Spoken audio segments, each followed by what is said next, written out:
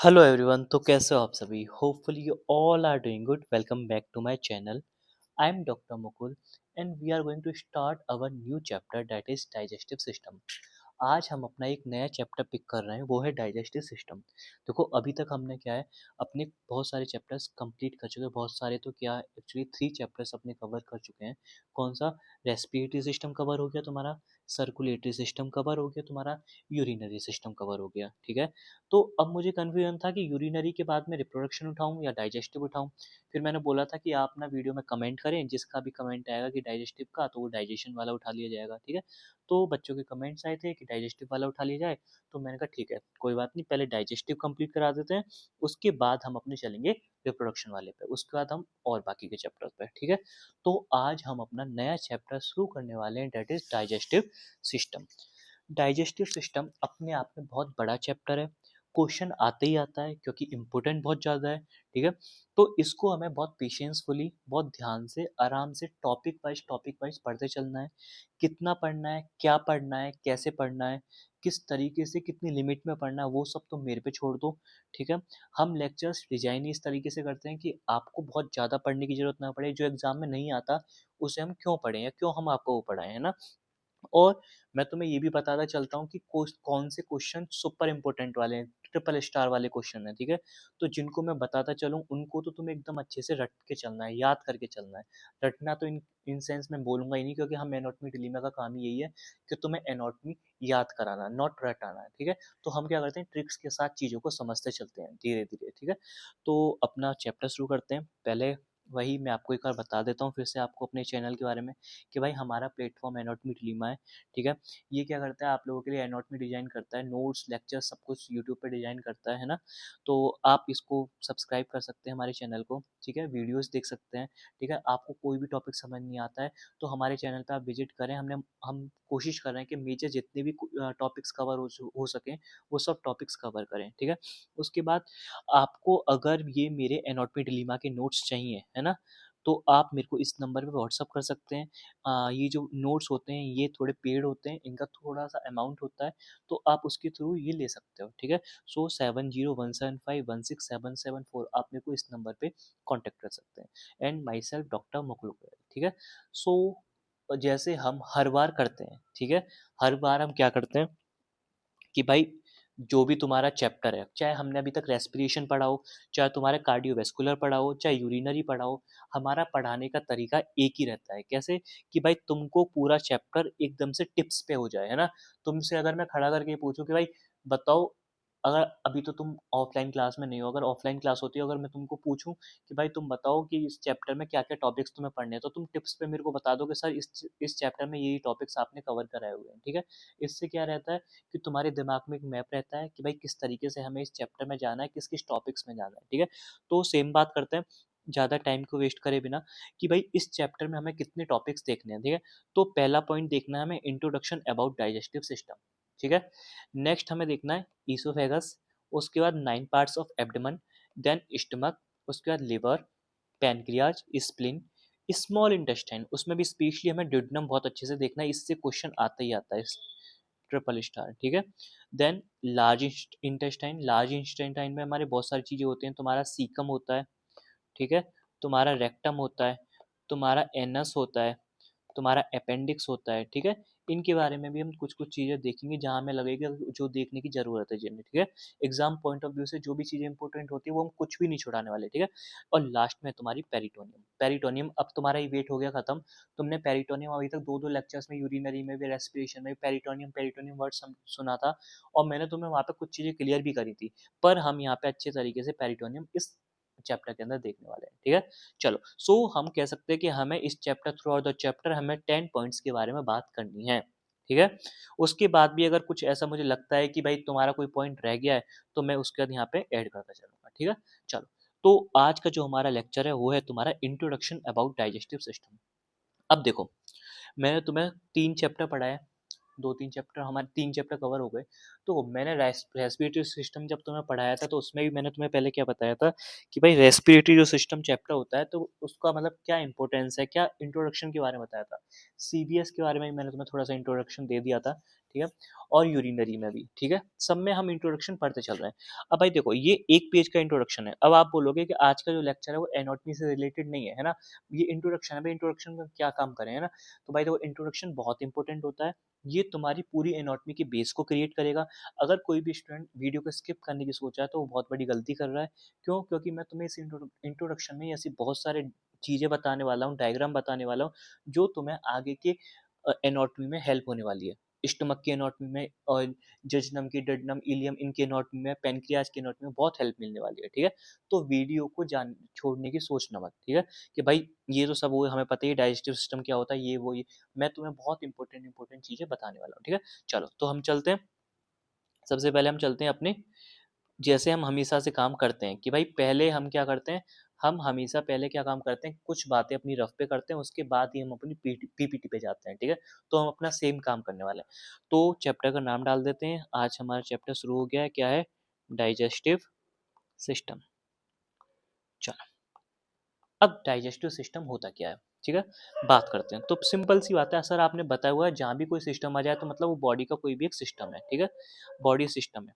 तो digestive system भी तुम्हारी बॉडी का एक सिस्टम है। किसकी तरह है? जैसे रेस्पिरेटरी सिस्टम है, कार्डियोवैस्कुलर सिस्टम है, यूरिनरी सिस्टम है, रिप्रोडक्टिव सिस्टम है, उसी तरीके से एक हमारी बॉडी में डाइजेस्टिव सिस्टम होता है, ठीक है? दूसरी बात, डाइजेस्टिव सिस्टम है, कोई भी बॉडी का सिस्टम है, तो मतलब ये वाली बात तो क्लियर है कि ये मल्टीपल ऑर्गन से मिलके बना हुआ होगा, ठीक है?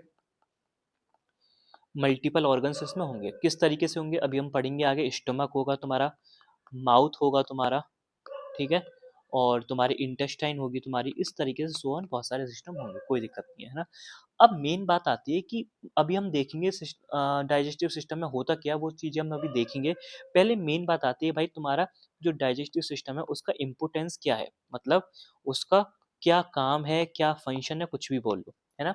तो पहले मैं आपको वो बता देता हूँ। तो देखो सुनो, सिंपल सी बात है, तुम्हारी जो बॉडी है वो सेल्स और टिश्यूज से मिलके बनी हुई होती है, ठीक है?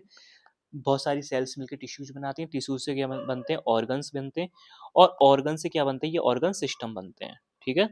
अब ये जो ऑर्गन सिस्टम होते हैं ये तुम्हारी पूरी बॉडी को परफॉर्म कराते हैं। बॉडी के जितने भी फंक्शन होते हैं, चाहे तुम सोना, बैठना, जागना, कुछ भी एक्टिविटी कर रहे हो, सारी बॉडी ये ऑर्गन सिस्टम की वजह से ही तो कर रहे हो, है ना?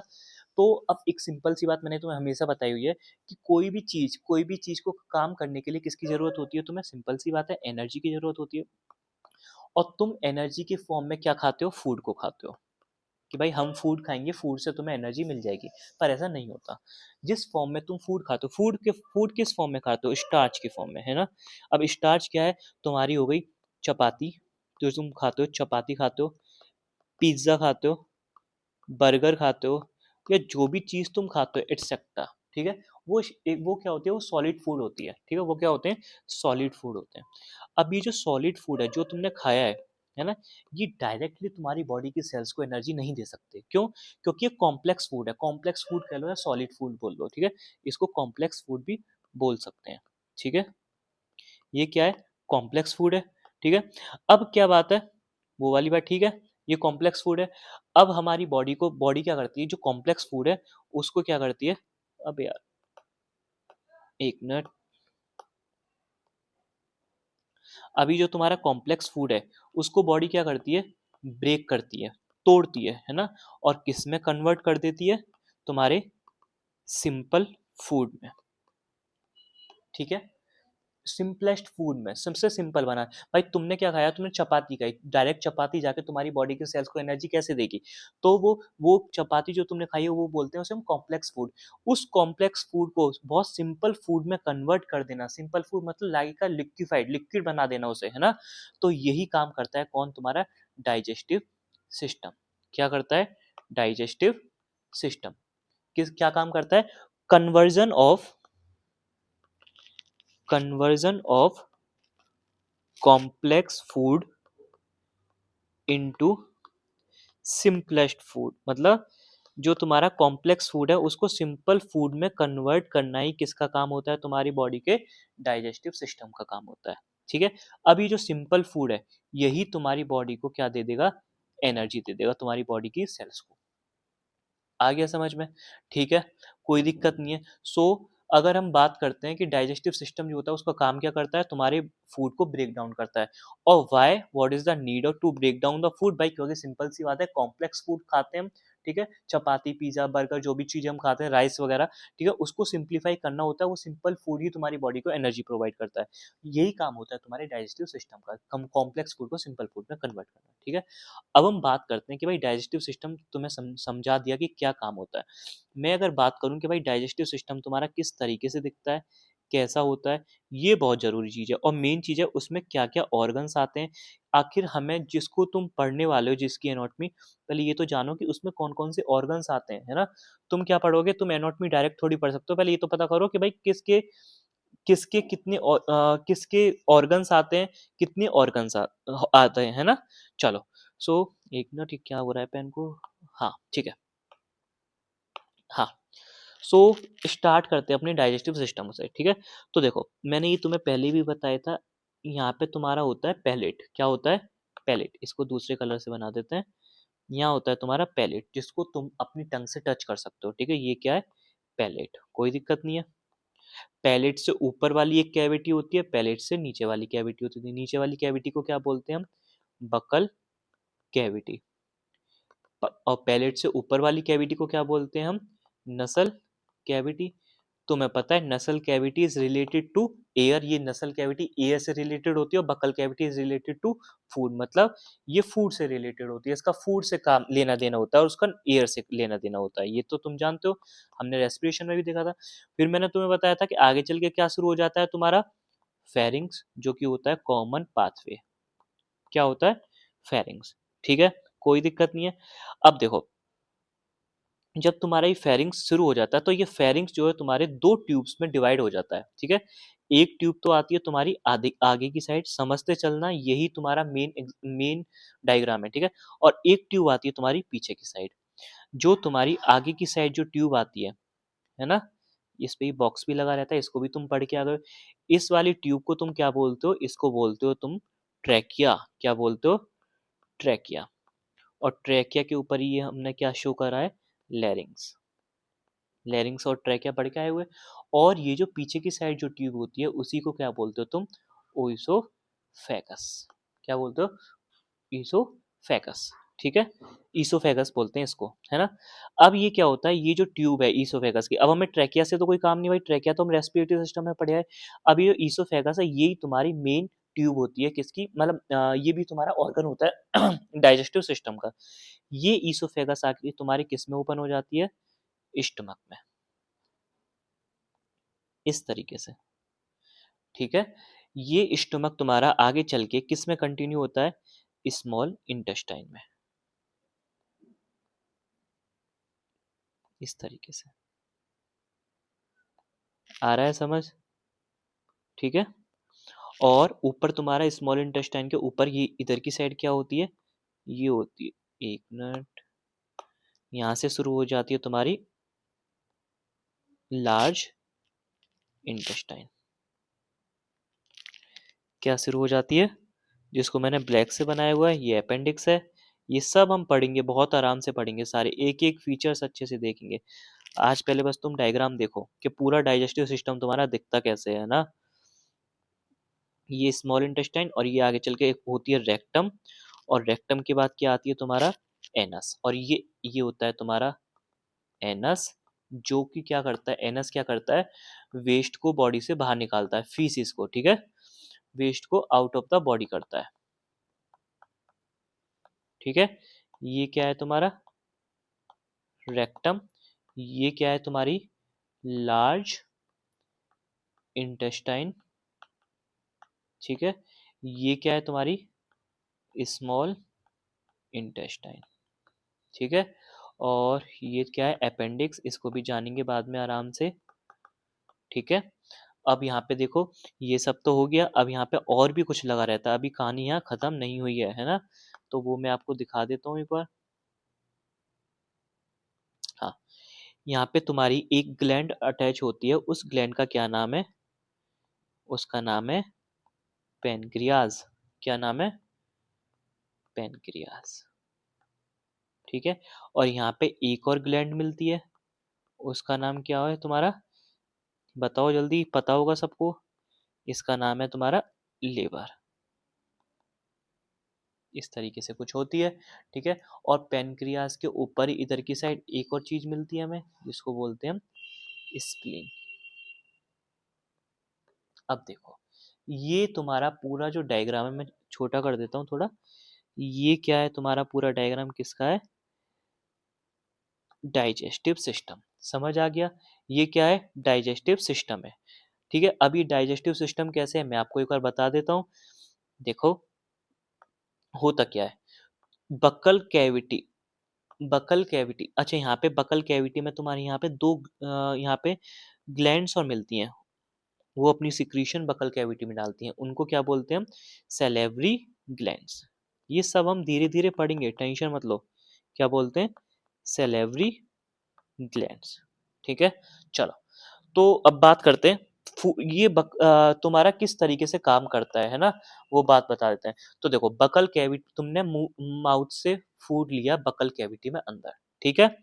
फूड लिया, अब क्या होएगा, तुम पहले यहाँ पे तुम्हारी बकल कैविटी में टीथ्स लगे हुए हैं, तुमने टंग और टीथ की हेल्प से उस फूड को पूरे को च्युइंग करा और उसको चबा के नीचे डाइल्यूट कर लिया, मतलब निगल लिया, ठीक है। अब वो जो फूड है वो तुम्हारा ईसोफेगस से गया, नीचे गया, ठीक है। किस तरीके से जाता है, कौन सी मूवमेंट उसको नीचे भेजती है, वो सब हम पढ़ेंगे धीरे धीरे, जब हम ईसोफेगस पढ़ेंगे, स्टमक पढ़ेंगे, वो सब चीजें, ठीक है। ये जो फूड जो नीचे गया है, वो फिर चला गया स्टमक में, ठीक है। स्टमक में फूड तुम्हारे यहाँ पे रहता है कुछ टाइम तक, ठीक है। और इसमें उसका क्या होता है, डाइजेशन होता है, मतलब जो सॉलिड फूड जो तुमने च्युइंग करा हुआ फूड है, वो फूड यहाँ पे स्टमक में क्या और भी ज्यादा सिंपल फूड में कन्वर्ट होता है ना। स्टमक अपनी सिक्रीशन डालता है और उसको कन्वर्ट करता है। फिर तुम्हारा फूड आ जाता है इस स्मॉल इंटेस्टाइन का एक पार्ट होता है जिसे हम बोलते हैं डिडनम, ठीक है। इस डिडनम में क्या होता है, तुम्हारा पेनक्रियाज अपनी सिक्रीशन डालती है, लिवर अपना सिक्रीशन डालता है, और उसका खुद और भी ज्यादा क्या होता है, डाइजेशन होता है। फिर तुम्हारा फूड आ जाता है और नीचे आ जाता है ना। अब जो यहाँ पे जो नीचे आता है, यहाँ पे क्या होती है, सेल्स लगी रहती हैं, और जो सेल्स जो होती हैं तुम्हारी, वो ब्लड के साथ कनेक्शन होता है। यहाँ पे ये ब्लड ब्लड वेसल्स जा रही होती हैं इनके, यहाँ पे क्या होता है, ब्लड वेसल्स पास कर रही होती हैं स्मॉल इंटेस्टाइन से चिपक के, मतलब तुम्हारी ये स्मॉल इंटेस्टाइन है ना, और इसी स्मॉल इंटेस्टाइन से चिपक के इस तरीके से ब्लड वेसल्स जा रही होंगी। तो ये जो फूड तुम्हारे स्मॉल इंटेस्टाइन में आया है, ये तुम्हारे ब्लड वेसल्स में चला जाता है। कैसे चला जाता है, एब्जॉर्ब हो जाता है फूड, ठीक है। तो तुम्हारे स्मॉल इंटेस्टाइन में फूड एब्जॉर्ब हो गया। अब ये जो एब्जॉर्ब हुआ फूड है वो किस में चला गया, ब्लड के अंदर चला गया।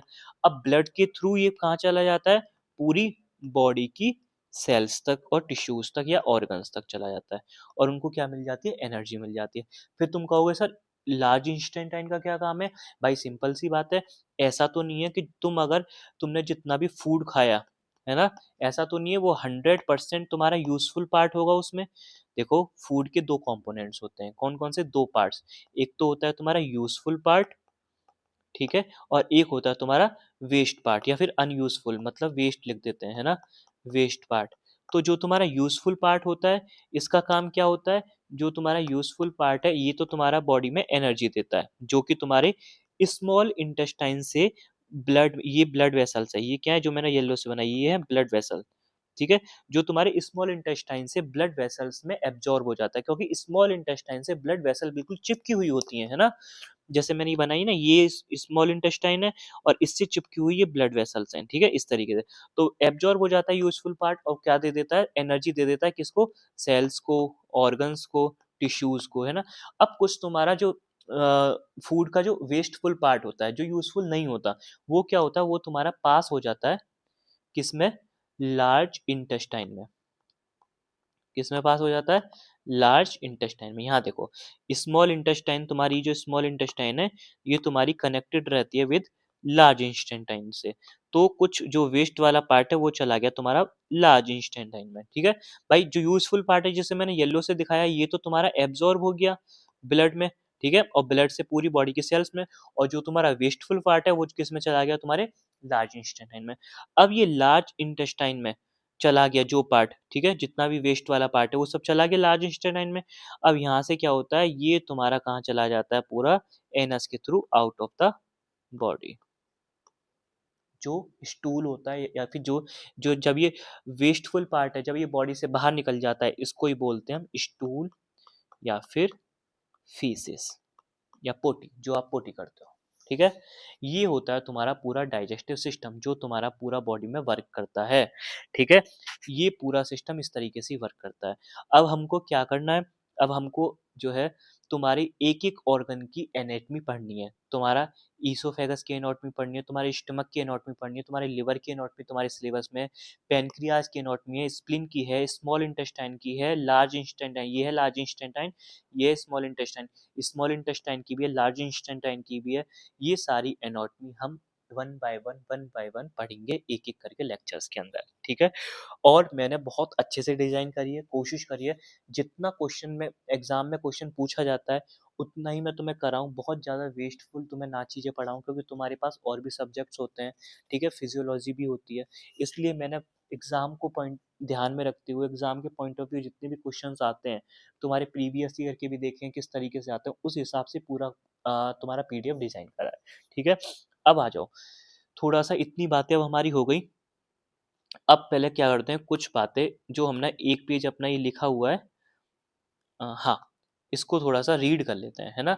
सो कंटेंट तो तुम्हें समझ आ गया, कंटेंट ऑफ चैप्टर समझ आ गया होगा, 1 मिनट हाँ, ठीक है? चलो, अब बात कर लेते हैं introduction about digestive system. Digestive system देखो यार, बच्चे सोचते हैं यार इंट्रोडक्शन क्या है? पर इंट्रोडक्शन बहुत ज़रूरी है, अगर तुम्हें इंट्रोडक्शन नहीं आएगा, तो मैं बता रहा हूँ तुम्हें जो अभी मैंने डायग्राम बताया है, वो डायग्राम तुम्हें समझ बिल्कुल भी नहीं आएगा, है ना?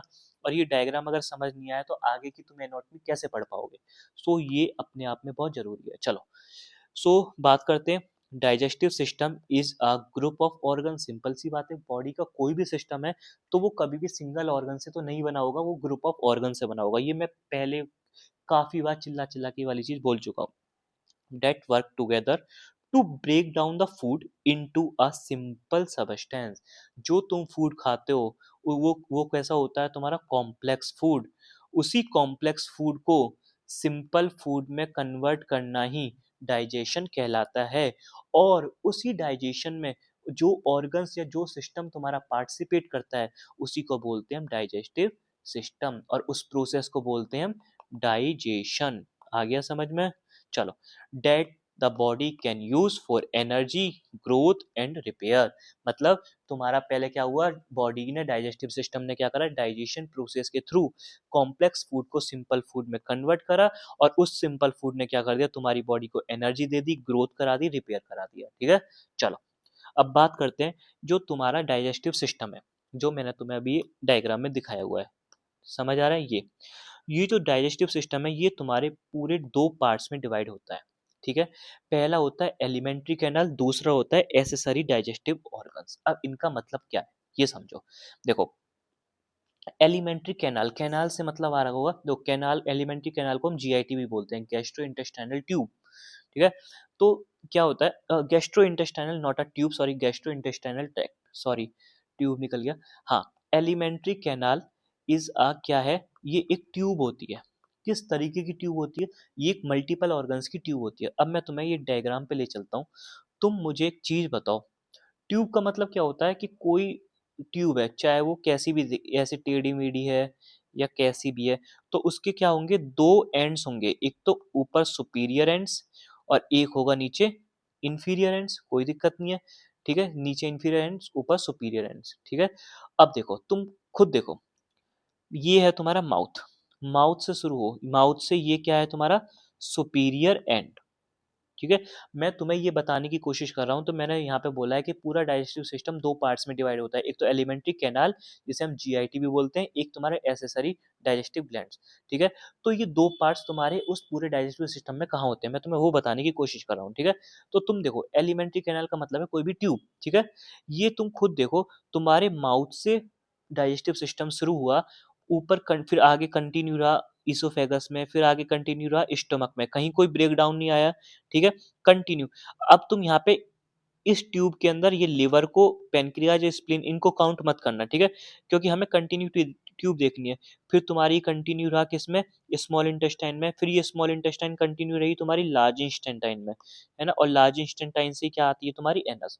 तो ये एक पूरी ट्यूब बन गई कहाँ से, माउथ से लेके और एनस तक। तो इसी ट्यूब को क्या बोलते हैं, तुम्हारी एलिमेंट्री कैनाल। पहली बात याद रखो, एलिमेंट्री कैनाल में मैंने 3 चीज़ें नहीं गिनी है, तो 3-4 चीज़ें नहीं गिनी है, क्या? Liver, pancreas, spleen, salivary glands, ठीक है? तो ये क्या बन गई तुम्हारे एलिमेंट्री कैनाल। तो इसे पढ़ें, दिस इज कंटिन्यूअस ट्यूब, ये कंटिन्यू ट्यूब होती है, एक्सटेंड करती है माउथ से और एनस तक। इट कंटेन, इसमें क्या क्या आते हैं, सेवरल ऑर्गन्स आते हैं, like mouth, pharynx, oesophagus, stomach, small intestine, large intestine. समझ आ गया? लार्ज इंटेस्टाइन से वो एनस कनेक्ट होता है, वो तो कोई दिक्कत नहीं, हो तो एनस उसी का पार्ट है, ठीक है? अब हम बात करते हैं फिर एसेसरी ऑर्गन्स क्या होते हैं। एसेसरी ऑर्गन्स क्या होते हैं? These organs help in digestion, ये ऑर्गन्स डाइजेशन में तो हेल्प करते हैं, but food does not pass through them, है ना? और ये तुम्हारे इनडायरेक्ट वे में एलिमेंट्री कैनाल से अटैच होते हैं। अब तुम सुनो, तुम्हारा फूड आया, क्या आया? तुम्हारा फूड आया, तो देखो माउथ में फूड जा रहा है, ईसोफेगस में फूड जा रहा है, स्टमक में फूड जा रहा है, स्मॉल इंटेस्टाइन में फूड जाएगा और लार्ज इंटेस्टाइन में फूड जाएगा। पर फूड तुम्हारा ना तो लिवर में जाएगा, ना पेनक्रियाज में ना जाएगा, ना स्प्लीन में जाएगा, ना सेलेवरी ग्लैंड्स में जाएगा। पर ये क्या करते हैं, अपनी अपनी सिक्रीशन, वो डाइजेस्टिव जूस को किस में पहुंचाते हैं? मैंने बताया था, इस स्मॉल इंटेस्टाइन का एक पार्ट होता है जिसे हम बोलते हैं डिडनम, उसमें अपनी सिक्रीशन देते हैं। कौन कौन? ये तुम्हारा हो गया पेनक्रियाज, हो गया लिवर, हो गया ये। और तुम्हारी जो सेलेवरी ग्लैंड्स हैं वो अपना सिक्रीशन किस में देते हैं? माउथ के अंदर देते हैं। तो इन्हीं ग्लैंड्स को हम क्या बोलते हैं? Accessory organs. क्या बोलते हैं? Accessory organs. मतलब वो ऑर्गन जो कि तुम्हारे डाइजेशन में तो हेल्प करते हैं, बट उनसे तुम्हारा फूड डायरेक्टली पास नहीं होता। मतलब तुम्हारा ऐसा नहीं है फूड तुम्हारा सेलेब्री ग्लैंड में भी गया, तुम्हारी पेनक्रियाज में गया, स्प्लीन में गया, लिवर में गया, नहीं, ये अपनी सिक्रीशन एलिमेंट्री कैनाल में दे देते हैं। सो तो मैंने क्या बताया, तुम्हारा पूरा डाइजेस्टिव सिस्टम दो चीजों से मिलके बना हुआ है। किससे? एक तो एलिमेंट्री कैनाल, जिसे तुम जीआईटी भी बोलते हो, ठीक है? और दूसरा तुम्हारा किससे मिलके बना हुआ है? एसेसरी ऑर्गन्स, ठीक है? उसमें क्या आते हैं, जितनी भी तुम्हारी ग्लैंड्स हैं वो तुम्हारी एसेसरी ऑर्गन्स में आ जाती हैं, और एलिमेंट्री कैनाल्स में तुम्हारे बहुत सारे ऑर्गन्स आ जाते हैं। इसमें ग्लैंड्स कौन कौन सी है? लिवर आ जाती है, सेलेवरी ग्लैंड्स आ जाती है, पेनक्रियाज आ जाती है, स्प्लीन आ जाती है ना? और इसमें क्या आते हैं तुम्हारे? माउथ आता है, ईसोफेगस आता है, और तुम्हारे स्टमक आता है, ठीक है? स्मॉल इंटेस्टाइन आती है, लार्ज इंटेस्टाइन आती है। आ गया समझ में? और ये दोनों ही मिला के क्या बनाते हैं? तुम्हारा डाइजेस्टिव सिस्टम। अगर मैं इन दोनों का एक बहुत सिंपल डायग्राम बनाने की कोशिश करूं, तो तुम इस तरीके से नोट कर सकते हो कि ये एलिमेंट्री कैनाल तो एक ट्यूब की तरह है। इस तरीके से एक ट्यूब है जो कहाँ शुरू हो रही है? माउथ से शुरू हो रही है और एनस पे खत्म हो रही है। और इसमें क्या क्या आ रहा है? बकल कैविटी और ईसोफेगस, स्टमक, स्मॉल इंटेस्टाइन और लार्ज इंटेस्टाइन, ये सब चीजें आ रही हैं, ठीक है? समझ आ गया? और इसके साथ क्या अटैच होता है? साइड में इसके साथ क्या अटैच होती हैं? ग्लैंड्स, कुछ इस तरीके से। कौन कौन सी ग्लैंड्स? सेलेवरी ग्लैंड, और ये हो गया तुम्हारा लिवर, ये हो गई तुम्हारी पेनक्रियाज, और यहीं अटैच कर दो, चलो पेनक्रियाज से अटैच कर दो, या हाँ पेनक्रियाज से अटैच कर दो। और यहाँ पे हो गई तुम्हारी क्या? स्प्लीन। सो अगर तुम्हारा फूड आया, तो फूड तुम्हारा माउथ से आता है और इन सब से पास होता हुआ एनस से बाहर निकल जाता है। कौन सा फूड? वेस्टफुल पार्ट, और यूजफुल पार्ट तो एब्जॉर्ब भी हो जाता है।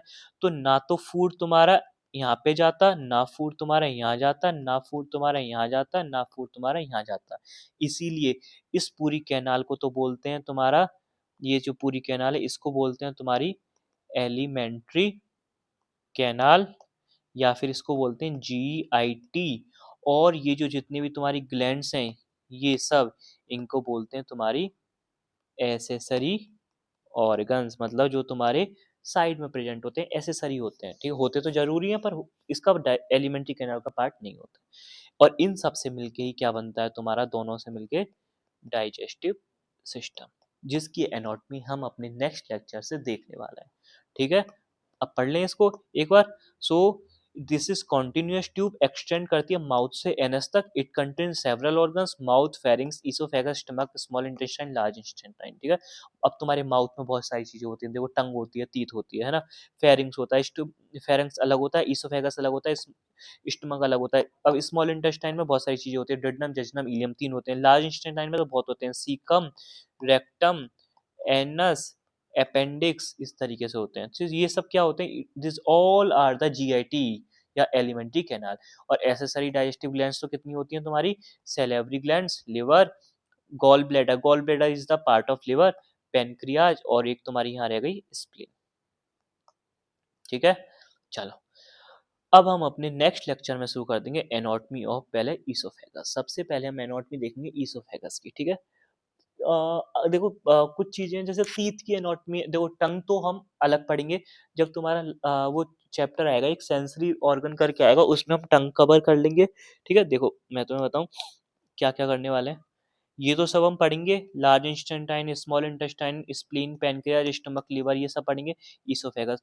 अब बकल कैविटी की अगर मैं बात करूं, बोलोगे सर बकल कैविटी से क्यों नहीं शुरू कर रहे, तो देखो यार बकल कैविटी में दो मेन ऑर्गन्स हैं, टंग और टीथ। तो देखो टंग तो हम किस में पढ़ेंगे, तुम्हारा एक चैप्टर आएगा सेंसरी ऑर्गन, उसमें हम पूरे टंग को कवर कर लेंगे। और बात रही टीथ की, तो देखो टीथ मेरे को बहुत ज्यादा इंपॉर्टेंट लगा नहीं, पर फिर भी अगर तुम्हारा मन होगा तो मेरे को बता देना, जब सारे ऑर्गन्स हो जाएंगे लास्ट में टीथ भी करा दूंगा। पर अभी मैं एनाटॉमी शुरू कर रहा हूँ ईसोफेगस से। ठीक है, देन ईसोफेगस के बाद स्टमक पढ़ लेंगे, स्टमक के बाद लिवर पढ़ेंगे, then pancreas, spleen, then small intestine, large intestine. Small intestine में तीन पढ़ेंगे, डुोडेनम, जजनम, इलियम। ठीक है, लार्ज इंस्टेंटाइन में भी हम कई चीजें पढ़ेंगे, अपेंडिक्स, सीकम थोड़ा सा देखेंगे, एनएस थोड़ा सा देखेंगे, जितना भी एग्जाम पॉइंट ऑफ व्यू से चीजें इंपॉर्टेंट है वो सारी चीजें हम देख लेंगे। ठीक है, सो टेंशन मत लो, अच्छे से बस पढ़ते रहो। ठीक है, नेक्स्ट लेक्चर भी बहुत जल्दी शुरू कर देंगे हम अपना एनाटॉमी ऑफ ईसोफेगस। ठीक है, होपफुली तुम्हें आज का लेक्चर समझ आया हो। मैंने आज चैप्टर का इंट्रोडक्शन रखा था, मुझे लगा कि भाई देखो इंट्रोडक्शन बहुत जरूरी है, समझ आना बहुत जरूरी है। ठीक है, चलो।